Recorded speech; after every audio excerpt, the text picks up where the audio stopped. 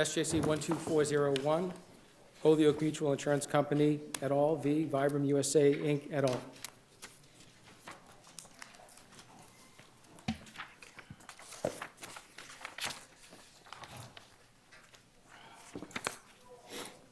Mr. Wright, good morning. This is the first time this court has addressed the great Abibi Bikila before, the greatest marathoner of all time, so it's a pleasure. Go ahead, you may proceed. Thank you, Chief Justice. Good morning. We're still in the morning. To you, Chief Justice, and to all the justices. May it please the court, my name is Stephen Wright. I represent Vibram LLC, Vibram USA LLC, and Vibram Five Fingers LLC, who's the policyholder in this matter.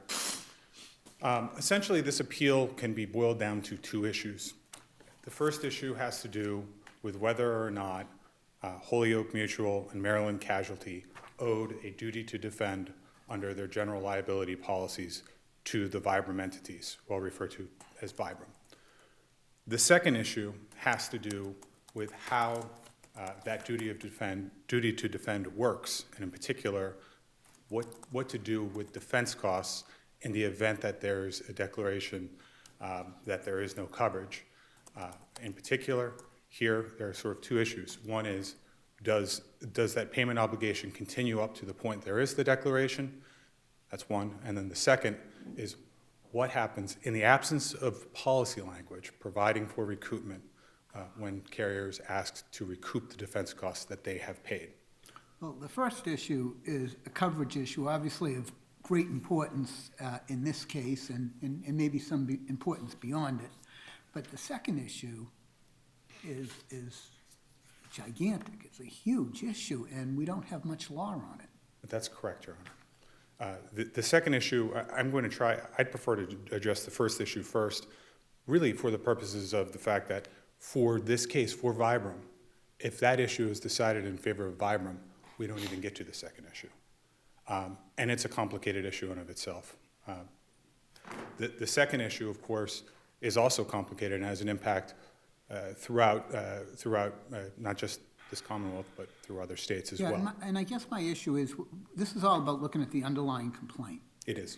And the gravamen of the underlying complaint is, at least your brother's saying, is a right to publicity. And now you're involved in this litigation, and all of a sudden we're looking to see if this is an advertising idea. Mm-hmm. So why is it an advertising idea? Well, the way that the advertising injury grant of coverage works is essentially there are three different ways to obtain coverage for the purposes of this case: advertising idea, right of privacy, and infringement of a slogan. So the majority of the opinion below really focused on the advertising idea prong. It matters here because essentially there is coverage for the use of another's advertising idea in your advertisement. Here, the Bikila family, in the underlying complaint, alleges that their advertising idea was subsequently used by Vibram. Therefore, there should be coverage. That's not what Justice Kaplan found, right? Right. Justice Kaplan focused on this as a right of publicity. Well, no, I think he did address, my memory is, what the family had done in Ethiopia and found that they had not used their Mr. Bikila's name for advertising purposes. That they had a sporting goods store, they had a marathon, but they didn't use his name for advertising. Well, I think that isn't properly looking at the complaint below. I think that truthfully, the judge, the way that he looked at it, he said this is basically about publicity. Right. This is about the Abibi Bikila name. So what the court should have done is actually look at the allegations that were pled in the underlying complaint. That's the touchstone for coverage here. The allegations in the underlying complaint allege that the family made commercial use of the family surname, and they pointed to specific examples of doing that, including running a sporting goods store that sold, presumably amongst other things, running shoes. They also used it. Do we know the name of the store? I don't know the name of the store as I sit here today. I don't believe it's actually pled in the underlying complaint. How's that an advertising idea? Well, an advertising idea is it's a very broad, sort of nebulous concept. It's, to use I believe this is the language that's used by my brother in his brief. An advertising idea is an idea used to solicit business. And it's Period. given a broad interpretation in Deutsche Bank. It is. Oh, and And I imagine the definition is more favorable to the insured than the insurer. that is the rule for insurance coverage, is that the definition should be read in favor and broadly for coverage. The briefing here tries to really slice what advertising idea means. And there's a trip down trademark law, looking at secondary meaning, looking at all these different kinds of things.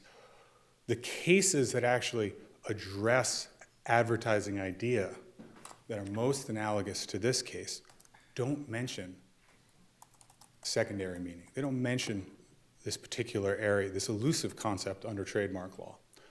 Instead, they look at the policy language. The policy language says use of another's advertising idea in your advertisement, period. Advertising idea itself is not defined. Again, to take the definition that's used by my brothers, advertising idea is an idea used to solicit business. It's very broad, very broad. Yeah, but, good. No, go ahead. Yeah, but when you look at how the family used their relative's name, and then you look at the advertising here sort of the message is a minimalist running shoe, and you associate it with this name because of obviously the history of running a marathon barefoot. You can't really find that in the underlying complaint. I get the sense when you look at the underlying complaint, it's like Kareem Abdul-Jabbar being upset in the Ninth Circuit case with the company GM or whatever company it was using Lou Alcindor. Mm-hmm. And that's the sense you get from the underlying complaint. Well, I think that's actually, it's different in this particular case. Rewind, please.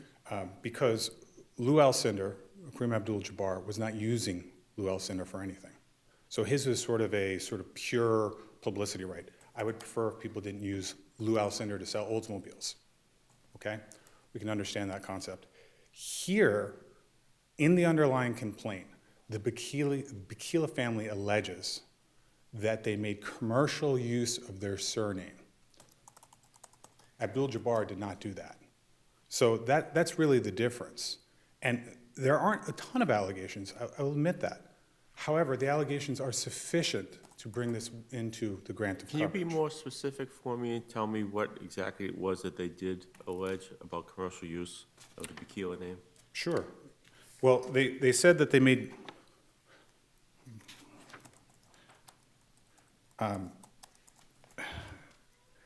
they talked about what the family did and the things that they did with the name. The commercial uses, actually the term commercial uses is into the underlying complaint. They've intentionally associated the family name, that is Bakila, with baby Bakila's barefoot dedication to succeed under any circumstances. And then they point to the specific things that they've done, be it running a sporting goods store, be it sponsoring a marathon in Ethiopia, be it publishing a book and making those uses. So it's different. It's fundamentally different from the Kareem Abdul-Jabbar example, which, by the way, is not a coverage case. That's looking at Lanham Act, and it's looking at a variety of different claims that are made without looking as to whether or not there's coverage available. So it's not really an advertising idea case. So for all practical purposes, you are saying that whenever if Habibi Bakila simply was a great marathoner and was unhappy that his name was being misused, he would not be able to get insurance coverage, or you would not be able to get insurance coverage. If he was simply going on his name alone, he needs to demonstrate that there's an actual advertising idea. So where there is, frankly, any business, even one that's in Ethiopia, and even one that's simply a sporting goods store and a marathon, that is sufficient to transform that into an advertising idea for purposes of coverage. Right, that's true. And one way to look at Or this purposes, I should say, of a duty to defend. We haven't reached the issue of coverage. We don't need to reach the issue of coverage. That's the correct point, Your Honor.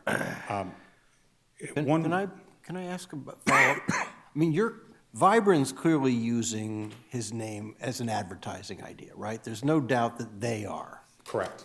And they're suing him for using his name in an advertising idea. So they need to have done it themselves, I take it, to make you steal their advertising. I'm just wondering if it's like a bad advertising idea claim that they have, and the slimmer their claim, even though you're using, there's something weird about this. There is. And it's partly because advertising idea is a very broad concept. But we know from Vibram's perspective, they're using just his name as an advertising idea. And then they're saying you're using our name as an advertising idea, so we must have been using our name as an advertising idea, right? Well, one way that I can perhaps demonstrate this for the court, sort of the subtlety here, is that there is a case that's cited in the brief. It's the Taco Bell case. And it's some sort of notion of the advertising idea there is psycho chihuahua, okay? An advertising agency came up with the idea of a psycho chihuahua. They shared it with Taco Bell. Taco Bell ended up using it essentially without paying the agency. The agency sued. But that's an easy case, right? Because that's clearly an advertising idea by both sides, right? But they never used it. The advertising agency never used Psycho Chihuahua. They never went out in the market and said, we've got this great advertising idea. They had the idea was taken, and they complained about it. And the coverage was under the same kind of provision? Yes, yes. Now, you probably can get away with not getting into the slogan issue, but you haven't addressed the right to privacy issue. And the right to privacy issue runs into an intellectual property exclusion problem, doesn't it? It does. From Vibram's perspective, the only, that particular exclusion, the other intellectual property exclusion applies to the privacy, the right of privacy prong here, the coverage that's available under that particular prong. So you're putting all your eggs in the ad idea basket? Not at all, Your Honor. Vibram is arguing that there's coverage under advertising idea, right of privacy, and slogan, all three. And you want us to apply Washington state law? Correct, Your Honor. What's the slogan? I'm confused. What's the slogan? Tequila. Tequila is a Single name word. is a slogan? A slogan is a catchphrase. It can be a single word. I mean, I understand why Air Jordan is a statement, but is Jordan, Michael Jordan, you just use the name, that becomes a slogan? Your name can be a slogan? A name can be a slogan. It Yeah, just but needs there's to a be reason you catchword. have slogan as your third argument. What about Washington State? Because the insurers are just going to say, all right, apply Washington State, it's the same. And you know all the cases that they go through from the Washington State Supreme Court and the United States District Court saying that there's nothing there. That it's the same as Massachusetts when you're dealing with the right to privacy. Well, it's not. I know, and you tell me why. Sure. the The restatement- three key cases, there are two Supreme Court cases, the Reed case and the Eastwood case. Both recognize a common law right to privacy, which includes within it an appropriation right of privacy. So essentially what's alleged here is that there's been a violation of the Bacchila's family right to privacy by appropriation of his name. Even though that's a separate tort, the right of publicity? In Washington State, there's a statutory protection. That statutory protection does not overrule or otherwise change the common law right that's available, and that's discussed in the Reed case, the Eastwood case, and in the federal court case, Aronson. Why shouldn't an insurer have a right to recruitment? If there's no allegation that falls within the coverage, then why can't they recoup what they put out if they decide to defend with a unilateral statement? Well, First of all, Massachusetts has a conception of how broad the duty to defend is, and it's consistently stated by this court as being broader than the duty to indemnify. So it's different on its face. That matters a lot because most of the cases that my brothers cite or try to rely on that are actually decided in this state do not touch on the duty to defend. A more important issue here, and that could be dispositive, and as far as the trial court was concerned, it was of great importance, is that this policy does not include any language granting them the right to recoup. Doesn't include any right to what? It doesn't include any language granting them a right to recoup defense costs. That's a pretty important issue, considering there's another provision that says that the policy controls all issues. Correct.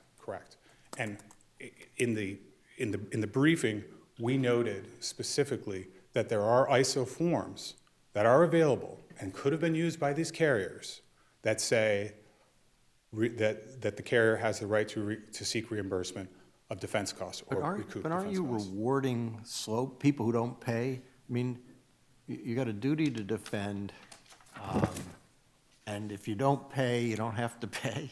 I mean, I don't understand that. I mean, if you have a duty to defend, wouldn't you have a duty to defend all the way up to the judgment? And we really don't want people not to pay their lawyers, do we? No, we don't. We don't want carriers not to fund the defense when they have the obligation to fund the defense. And that's one of the issues that actually arose here, in that essentially the carriers unilaterally and without explanation stopped paying before they even obtained the declaratory judgment on coverage. Can't there be a duty to defend that's much broader than there being coverage? I mean, sometimes, because there's close issues. Right, and that's true. That's actually the state of the law, is that the duty to defend is broader than what ultimately could be covered. So it's not uncommon for there to be a duty to defend, but not a duty to indemnify a settlement or judgment that arises out of a particular claim. And doesn't get a duty to defend, then you shouldn't get a recoupment. Correct. And that position is consistent with pronouncements that have been made by this court in Morrison, in Deutsche Bank, and in Auto Flat Crushers. Tellingly, those cases, 2011, 2013, 2014, we're talking about law that is very much on point as far as how this court sees the duty to defend. Well, it's not on point. I mean, it's a disability case. Well, no, those cases are on point in the sense that there's discussion about about essentially how the court views the obligation to continue paying defense costs, and that it doesn't apply retroactively.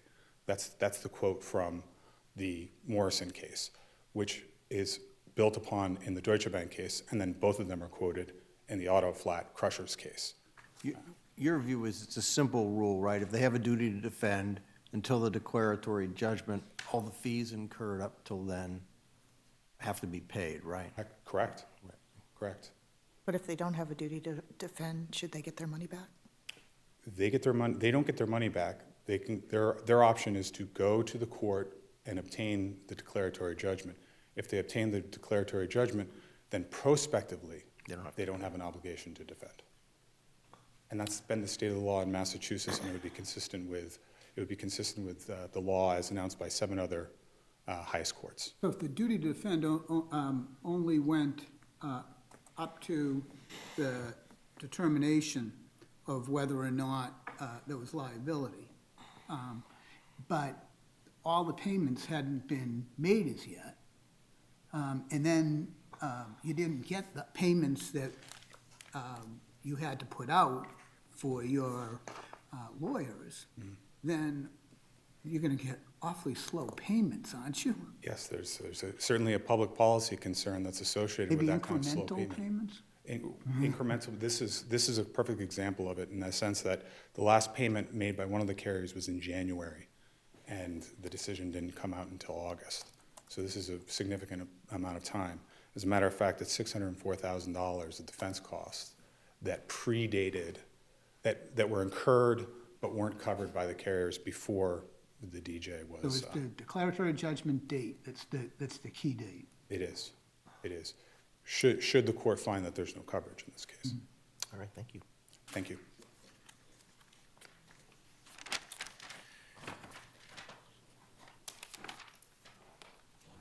Counts. Good afternoon, Mr. Chief Justice. Good afternoon, Mr. and Giacola. Your honors. I want to split our argument time between me and my brother, Mr. Reisberg.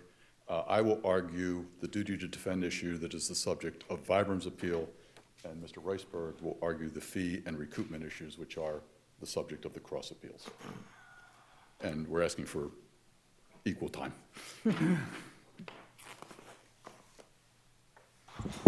I think I can safely say that this case is quite different from what you've heard so far today.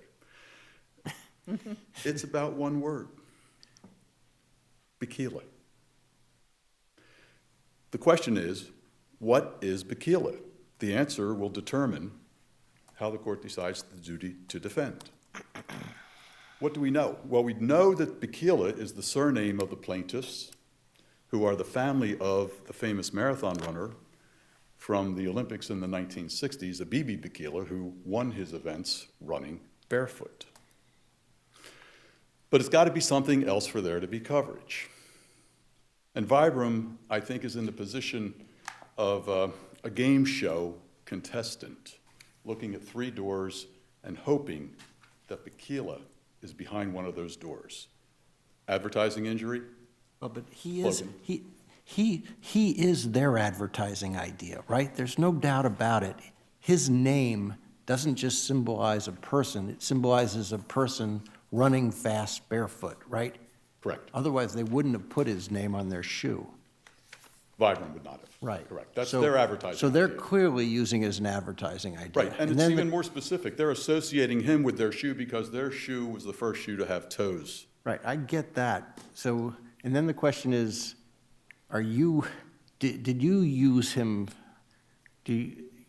as an advertising idea, right? You're saying he's just a person, not a symbol or an advertising idea, right? The question is, what did the Bikila family do? Right. Actually, Bikila name. it's actually what they alleged in the underlying complaint. Yeah, and Your Honor, I want to refer you to the appendix at pages 232 and 233. Those 2 pages are the evidentiary record, because those are the allegations by the Bikila family themselves as to what they did with the name Bikila. And in answer to the earlier question of did they name the store, the name of the store, I allege in paragraph 25 that from approximately 1980 to 1990, the Bikila family operated a sporting goods store in Ethiopia named after Abibi Bikila. So I guess we can assume that the name of the store was Abibi Bikila. So isn't that advertising, his name? Because they didn't name the store Good Shoes, they named it Bikila. Aren't they advertising, using his name as an advertising idea by doing that? That gets to the heart of the case, Your Honor, because when you look at the rest of the complaint, the Lanham Act claim, the Washington state law claim. Stick to the advertising idea, because it seems like the central part of the case. It is. Yeah, and can I just echo that, please? I mean, you know, the slogan issue seems a bit of a reach, and we've got, at a minimum, a complexity with the right to privacy on what state, and also there's an exclusion. So I completely agree with Justice Kafka. The time's well spent on the advertising idea. Well, what are the advertising ideas alleged by the Bikilas? They used it for a store that they operated for a decade. They wrote a book about their father, honoring him. He was featured in a Japanese commercial with permission by the Bikila family. He was the subject of a feature film about their father, released featuring the final years of Abibi Bikila's life. And they've operated a website which contains pictures, videos, news events, and information on current races, such as the Abibi Bikila International Marathon, held in Ethiopia and sponsored by the Bikila family. And they talk about why they do it, and the association they want to make is between their father, their activities, and his dedication to succeed under any circumstances, his barefoot dedication to succeed under any circumstances. What does There's that nothing here that sounds like what Vibram took. What does that mean, though, that his determination, isn't that what they're saying?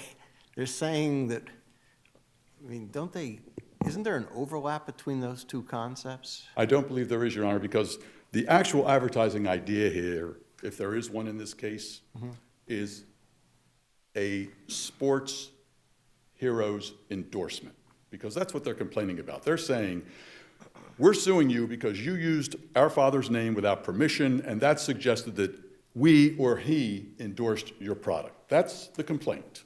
It's endorsement. The advertising idea is celebrity endorsement. That's an advertising idea, but it's an advertising idea that's in the public domain. Lou Gehrig appealed on a Wheaties box in 1936. I'm old enough to remember Bob Cousy on the Wheaties box in 1956. Tom Brady is a perfect example of celebrity endorsement. He's endorsed dozens of products, including 2 lines of watches, Movado and Tag Heuer, Wheaties and Dunkin' Donuts, 2 lines of cars, Cadillac and Aston Martin. He endorses these products. Is his endorsement of that product an advertising idea that Tag Heuer took from Movado? They don't call those the car isn't called the Brady. It's called the Aston Martin or whatever it is. Correct. And when Roger Federer is advertising coffee, it's not Roger Federer coffee. There's some reason to use his name. It's different than endorsement, isn't it? And Well, it's that also comes up because with- he's so special too. It's this connection of bare feet to their barefooted product. But it's still just an endorsement. It's not an advertising idea. They didn't create a Toad shoe and said, this is the Tequila, and they took that advertising idea. There's no allegation that they even had a running shoe or any sports apparel. They had a sporting goods store. There's no allegation that they were selling Tequila marked products or anything like that. It's just too much of a stretch to say that the activities described by the Tequilas in their complaint. See, to me, it seems like the Tequilas don't have much of a claim, but the claim they're making is really an advertising claim. Because they don't have much to work with. Then they're bringing the claim that these guys bought defense insurance for. That's why I'm troubled by this. Let's go with their own words, Your Honor. Under their false designation claim under the Lanham Act, they allege that the defendants created a false designation of origin and a false representation of origin, source, sponsorship, endorsement, affiliation, and authenticity of the infringing products, creating a likelihood of confusion in the consuming public. Their actions are likely to create confusion among the consuming public and is intended to confuse and defraud them into believing that Tequila and the Tequila family produces, sponsors, or endorses Vibram's products. But That- but an advertising idea is really broadly defined, and maybe when they're crafting the complaint, they're thinking of a right to publicity. But we know that there's a lot of cases, including the 11th Circuit case. I can't remember the name of it. That really says is just a advertising idea is to promote a product. That's pretty broad. That's pretty broad, but Your Honor, I think, again, that is the advertising idea at issue here is what is the advertising idea? Is it the Tequila name is Tequila, standing alone, because that's all there is. Is that an advertising idea? Yeah, well, Or the it- idea is it an advertising idea? Look at how this guy's fortitude and look at how little he needed by way of support when he was running, and look at this Tequila, and that's the idea behind. That's their advertising idea, Your Honor. Their advertising idea is look at this shoe with the toes, and that echoes his barefoot feet. So that's their advertising idea. That's not, the Tequilas do not allege that they used that idea and that was taken from them. What they allege is you used our father's name. Which they were using for a marathon in Ethiopia, using for a book, using for a sporting goods store that was around for, I think, a decade. I mean, the family's using the name. And that gets back to what is the advertising idea at issue here? And again, I submit that it's public domain use of celebrity endorsements. It's been going on before our lives. And yet, they can't find one case, they could not cite to this court one case that held that an advertising idea, that an athlete's name being used to endorse any product constitutes an advertising idea. Let me just, I mean, if certainly if Michael Jordan, if they named their shoe the Jordan, and if Michael Jordan simply said, I want you to be paying me for my name, and there had been no other shoes named Jordan, it would purely be a personality, purely be one that would be within the realm of a personal use of the name. He would be saying, I want you to pay me for the use of my name. It's a publicity right.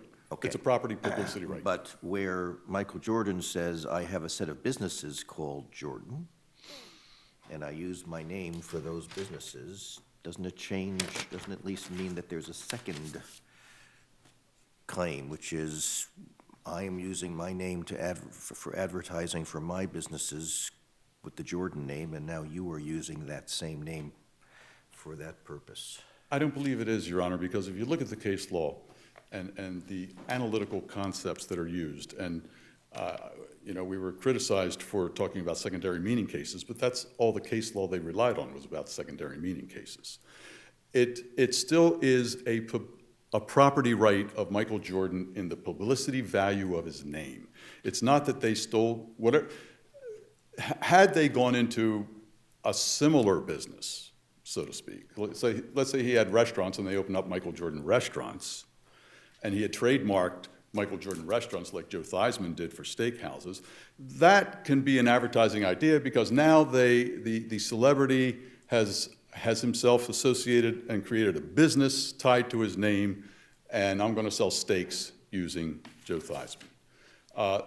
But that's not this case. There's nothing that even approaches anything the Bekilas did with what Vibram did, except for the use of the single word Bekila, the surname. And again, they're not complaining, hey, you took away any of our business. They're not complaining, you took our advertising idea and now you've stolen our business. They're saying, our father's name has value, we have licensing rights, you used it without getting the license for the endorsement. And that's a publicity right, that's a property right, and that's why it's not an advertising idea. What about Nissan, the word Nissan, from the case that one word, and that's advertising idea? Number one, it isn't a person's name, it's a registered trademark, and the evidence was that Nissan had so penetrated the market and its name was so well known in so many contexts that when the website operator started using the name to sell its own advertising and products, including automotive products, that was found to be a procurement of an advertising idea, which was a trademarked business name. Not the case here, nothing even close in those What facts. about paragraph 25? It seems like paragraph 25 in the amended complaint, it has two parts to it. Since Bekila's passing, the Bekila family has sought to protect his personality rights and intellectual property from any, that part I agree is with your argument on. But then it goes, additionally, by their commercial uses, sponsorship, and promotion of historical and education events, multimedia events, the family has intentionally associated their family name with Aditi Bekila's barefoot dedication to succeed under any circumstances. Isn't that a marketing statement? A barefoot? But it's what are they associating with the name? They are associating with his name a character trait, his barefoot dedication to succeed under any circumstances. That's not a product, that's not an advertising idea. But it says commercial uses. By their commercial uses, they've intentionally associated their family name with barefoot dedication to succeed under any circumstance. To me, that's just what these guys are doing, But isn't it? you could apply the same thing to any endorsement case, Your Honor, because if Movado now wants to go after Tag Her because Tom Brady, they were the first ones to use Tom Brady, they would come and say, oh, you know what, you took our advertising idea, you're using Tom Brady. It doesn't work because it's an endorsement. They're not calling it the Tom Brady, though. These guys are calling it the Bekila. No, I understand, but they're using his image, they're adopting his persona to sell. Right. So nobody doubts that it's Tom Brady on the billboard next to the watch, and you got billboards with Movado watches, you got billboards with Tag Heuer. that wasn't an advertising idea that was stolen. The advertising idea was, let's use him to endorse our products. But it's Barefoot, it's the Barefoot Association. It's not just his name, it's Barefoot, his name, and, sports, But I understand that, Your Honor, but what I'm saying, the commercial use is the endorsement, and that's, I believe. So, but we're sort of losing track of where we are, though. I mean, that may well be, but we're not deciding who's going to be successful in the trial in Washington State, which I think already took place. I mean, it was already dismissed. The issue is whether or not there's coverage. That's right, Your Honor, and again, that's why I say the evidentiary record are these 2 pages, essentially, with maybe the following. But it's not even whether there's coverage, it's whether there's a duty to defend, which is just adumbrate a claim, right? That's our language, sketch out a claim. Yes. And this doesn't sketch it out. Your Honor, Judge Kaplan looked at it and said it didn't, and I believe he's correct because, again, even if you put all this together, you do not see the Pequila family articulating an advertising idea that was taken from them by these complaints. Yes, they used his name commercially. It was their father, he was famous, they wanted to honor him, they had a store in his name, they wrote books about him, they had a movie about him, they have a website promoting his history, his life. They had a commercial. Pardon me? They had a commercial. And a commercial. And that was a license they gave to Pepsi for the Olympics. I think it was in Atlanta. Pepsi came to them and said, can we use your dad's likeness? We want to run a Pepsi commercial featuring a B.B. Pequila. Wrote them a check. They said, fine. And that's what they're saying Vibram didn't do here. And that's all they're saying. They're saying that we own that. I think your time is well up. Well over, so yes, Your thank you.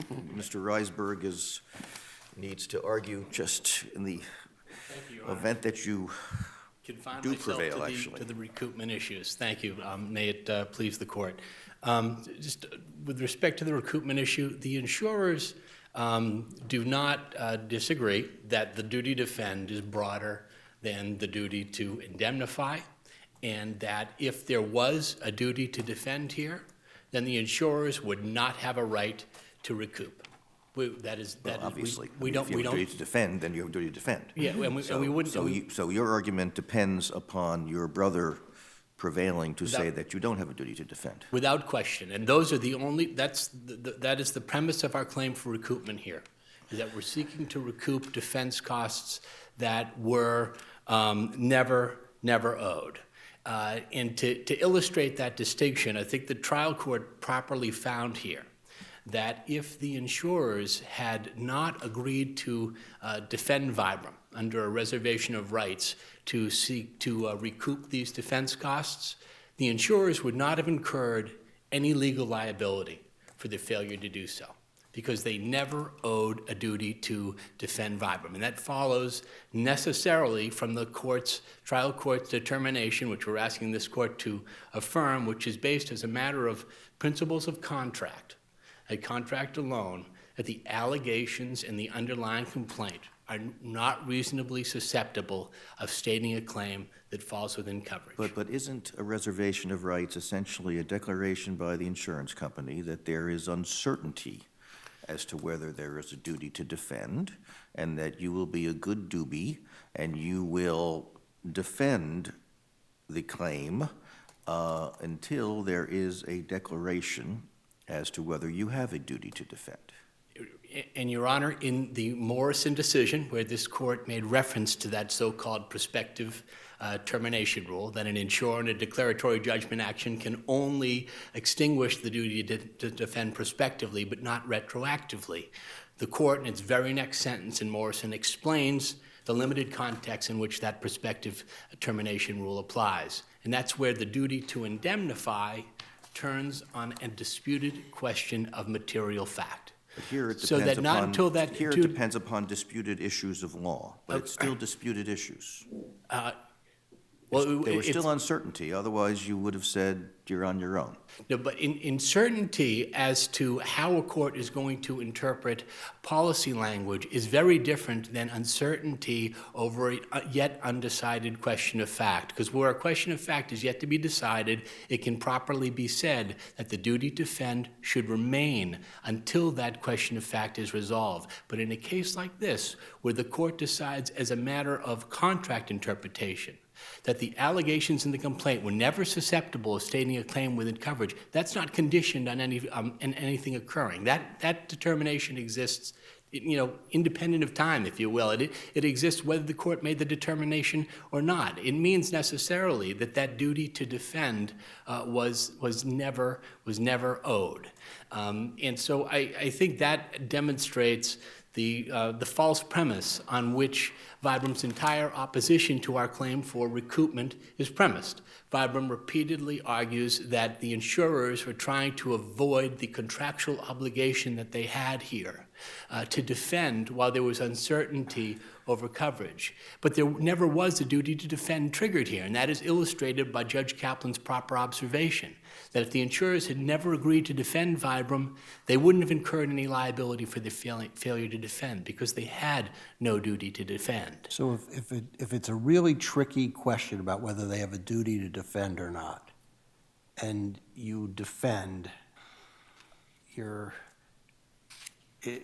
entitled to everything back, all the money, even though you've gotten to defend. I don't know. It just seems like very tricky. And also, other thing I'm wondering about is the slow paying. So you agree to defend, and then no one pays you, right? No one pays for this stuff. But then we're encouraging people not to pay, aren't we? I think a rule that denies an insurer the right to recoup defense costs that were never owed would clearly discourage insurers from doing something this court has long encouraged insurers to do, which is defend their insureds under a reservation of rights and to seek a judicial declaration that a defense was never owed. And only where the insurer can establish, as I believe the insurer has established here, that a duty to defend was never owed as a matter of contract interpretation, then the insurer should be allowed to recoup the defense costs that the insured received and is never entitled to under the policy. If the insurers are right here and that there never was a duty to defend, then it can't be credibly disputed that Vibram's ability to retain these defense costs will be the retention of a benefit that it was not entitled to under the contract, Well, and for which it did not pay a premium. And what if Vibram was not a corporation, but a poor slob who couldn't possibly afford to pay? Well, that goes to the wisdom of the court's ruling in the Cotter decision and that framework that this court recognized in Cotter, which was to opt away from adopting a hard and fast rule which would prevent an insurer in all circumstances from relying on principles of unjust enrichment and restitution to seek recoupment, and instead to leave it to the courts based on the equities and the facts in a particular case to distinguish the circumstances in which, as in our case, I believe that recoupment is warranted from a case in which the equities would suggest that recoupment is not warranted. So it's not difficult to imagine a case in which the insured is not a sophisticated corporate entity like Vibram, okay, but instead an individual or a mom and pop store who can demonstrate that because they didn't have the means to do so, they wouldn't have paid for their own defense, let alone a judgment against them. In that case, just as in Cotter, okay, the court would be warranted in finding that based on the equities here, maybe the insurer should not be able to recoup defense costs. But there is some virtue of clarity here, because if you're right, then we're going to be litigating every recoupment case, because everyone, you're going to say you have an obligation to recoup, and they're going to say I'm a poor slob, and it would be unjust to do so, and we're going to have to make an equitable determination. So we're going to be litigating all this stuff. Don't we need something But the alternative, Your Honor, is really to present the insurers with the true Hobson's choice. That is two real untenable alternatives. Isn't okay? that what happens now? I mean, does anybody really seek recoupment? I mean, if you did, wouldn't we be seeing it before today? But why put insurers in the position, in a case like ours, where Vibram incurred $1.3 million in defense costs, and they did so knowing that the insurers intended to recoup those defense costs if they obtained the declaration that a duty to defend, was never known? Why should an insurer be forced with two untenable options? One is, to pay defense costs that they don't owe under the contract, and not be able to recoup those defense costs. And if the you're worried- alternative if the run the risk insurer- of bad about faith. that, the insurer can say in the policy that we will seek recoupment if a duty to defend is found not to be owed, and it could say in the reservation of rights letter that we will seek to recoup. Did your reservation of rights letter speak of that here? And we said that here, absolutely. We said policy. expressly in the reservation of rights Not letter. in the policy. But not in the policy. Okay. Does Goldberg suggest it should be in the policy? Well, Carter clarifies that there is nothing in Goldberg that precluded the insurer's right to seek recoupment of those indemnity payments, despite the fact that there was no express grant of recoupment under the policy. So this court's prior precedent already recognizes that it doesn't need to be expressly granted. There's a good reason why. These defense costs weren't paid under the policy. If they weren't paid under the policy, why do we need to look to the policy to grant the insurers the right to recoupment? Vibram argues that we're the ones that are trying to rewrite the contract here. Let's at least recognize that we're the ones that are trying to enforce the contract here. Vibram is trying to rewrite the contract by retaining a benefit that is undisputed it was not entitled to under the contract, and for which it never paid a premium. So this is where I'm having a little trouble, and I'm reticent to say anything about Monday morning quarterbacking, but the issue of duty to defend is easy to see afterwards, after the declaratory judgment. So what if there's a lot of uncertainty regarding the issue, and the insured has to decide what to do, and then the case gets litigated, and in fact, there's no coverage under the policy, but it was a real close call. So, in this rule, better insurers than insurers are going to do the right thing when it's a close call. It's not going to penalize them But that's for an ad defending hoc- under a reservation of rights, and only if they can determine that a duty to defend was never owed, then they're going to seek to recoup. The problem with that is what Chief Justice Gantz is saying, is there's a lot, first of all, there's huge uncertainty as it relates to serious litigation decisions and business judgment. But secondly, there's no hard and fast rule, and we're going to have lots of litigation in trying to figure this out. Well, I mean, I think that the beauty of the decisions in Carter, that the court's decision in Carter was not to adopt a hard and fast rule that would create a roadblock that would apply solely to an insurance company's claim to recoup defense costs. And it would say to an insurer, we're going to deny you the right to rely on these well-established principles of unjust enrichment and recoupment that are available to any other business or any other person in law. But when it comes to an insurance company, we're just not going to let you rely on it. There is Why? there's a third way for the insurers, right? They can just choose not to defend and risk a 176D claim, right? Right. And So why? so there really is three options. You can say, okay, this is a clear-cut case, we're not going to defend. Or, that's option one. And option two, this is damn close. We're going to control the defense as best we can. No? Okay, that's, okay. We're not allowed to control the defense. Okay. This distinguishes true. us from Jerry Sports in Pennsylvania. That was important to the court there, including that the insurer shouldn't have the right to recoup. They Fair said the point. insurer got to defend and control the defense. In Massachusetts, when we issued a reservation of rights, we exercised no control over the defense. We were just sent $1.3 million worth of invoices and asked to reimburse them promptly. And we were sued for bad faith because we didn't do it quickly enough. Okay, thank you. Thank you.